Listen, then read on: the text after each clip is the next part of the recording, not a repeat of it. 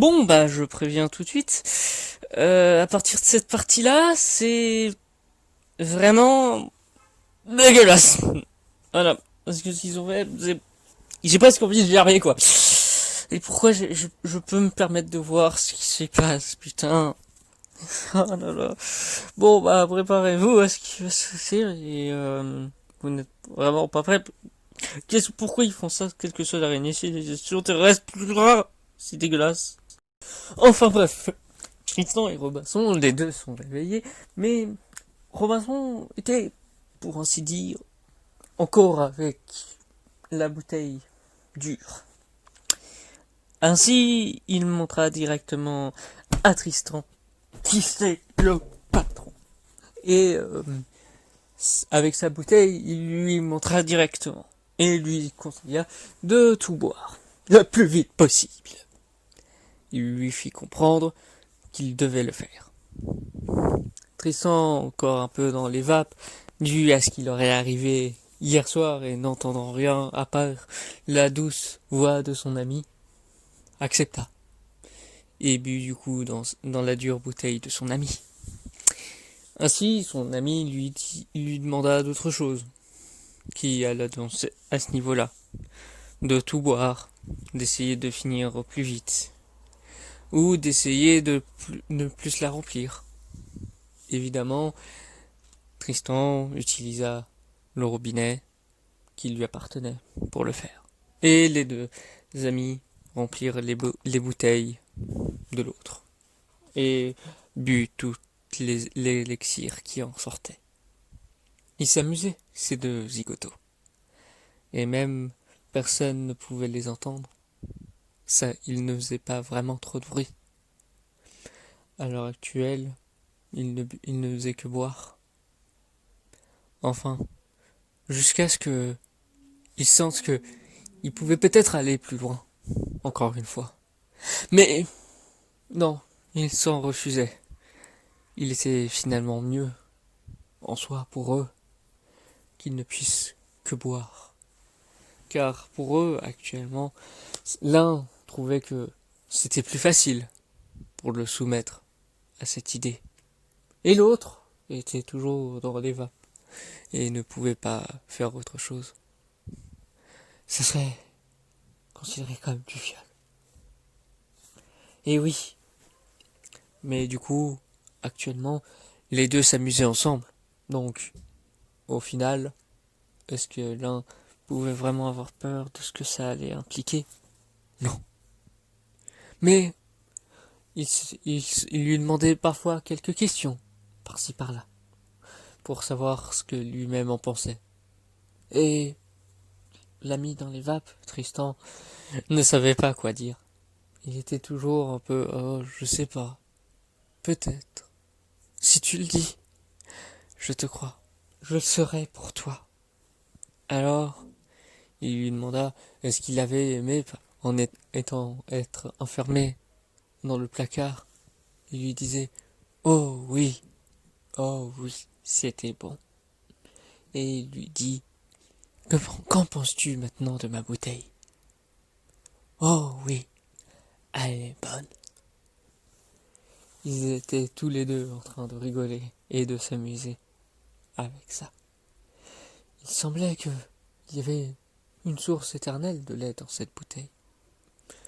Pourtant, ils n'étaient pas venus remplis, selon leurs idées.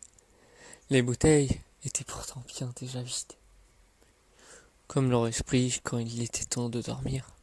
Maintenant, ils se demandaient s'ils pouvaient encore continuer, et du coup, s'échanger pour essayer de retenir le plus de ce qui reste. Ils s'amusaient, c'était drôle à voir que c'était toujours plus long, mais toujours aussi bon apparemment. Ils se demandaient même jusqu'où ça irait. Mais bon, pour l'instant ça continuait. Ils devaient attendre environ 5 minutes entre chaque gorgée. Ils décidaient même d'en faire des soirées. Oui, ils avaient l'air encore complètement torchés. Même Robinson, qui, lui, semble avoir commencé bien avant Tristan, et qui, du coup, tenait bien mieux. Mais leurs idées étaient, quant à elles, totalement absurdes. On peut même remarquer que, par rapport à la sœur de Tristan, elle dort toujours au lit. Enfin, au trampoline. Ainsi, est-ce qu'on peut vraiment se demander si elle est encore plus torchée qu'eux? On peut dire, puisque pour l'instant, c'est elle qui saute plus ou moins. Et justement, c'est une des choses qui donne plus ou moins envie à Robinson. Mais il peut ne toujours pas le faire. Tristan n'est toujours pas bien assez réveillé, mais bien assez pour toujours essayer de plus goûter l'élixir de son ami. Ainsi, ils attendaient dans l'attente. Mais il voulait toujours lui proposer des choses plus audacieuses. Mais pas de réponse. Il fallait sans doute attendre. Et du coup, Robinson atteignant. Mais bon, les deux se regardaient quand même amoureusement. C'était drôle à voir. Même si les deux avaient des cernes, les deux avaient des yeux pleins d'amour pour l'autre. C'était mignon d'ailleurs, vu à quel point ce qu'ils faisaient juste après. Ils se regardaient, ils se fixaient. Leurs yeux ne faisaient qu'un, pour ensuite continuer d'essayer de boire dans la bouteille de l'autre. Ce coup-ci, ils faisaient leur possible pour sortir la chose, au lieu de faire comme avec, avec les sucettes. Mais bon, au final, est-ce qu'ils s'amusent? C'est ce qui compte, non? Et même si c'est toujours plus long, même si c'est plus gros, ça leur plaît. Et ça arrive. Toujours. Donc, pourquoi se plaindre s'ils ont l'élixir qu'ils veulent à quantité raisonnable? Mais c'est ça encore qui pose souci. Robinson a toujours des idées, mais il n'a pas ce qu'il faudrait. Il demande même à Tristan que s'il veut, il peut aller se reposer et que lui, il va chercher le nécessaire. Tristan, tout jovial, lui fait un regard en mode je te suivrai jusqu'au bout du monde. Et Robinson était très fier et décida donc de partir prendre ce qu'il fallait. Il les avait déjà pris dans la chambre de ses parents, dont il a toujours les clés. Mais avec son appartement, il les avait laissés là-bas, vu que il sait que pour lui, ses parents étaient trop vieux pour les utiliser.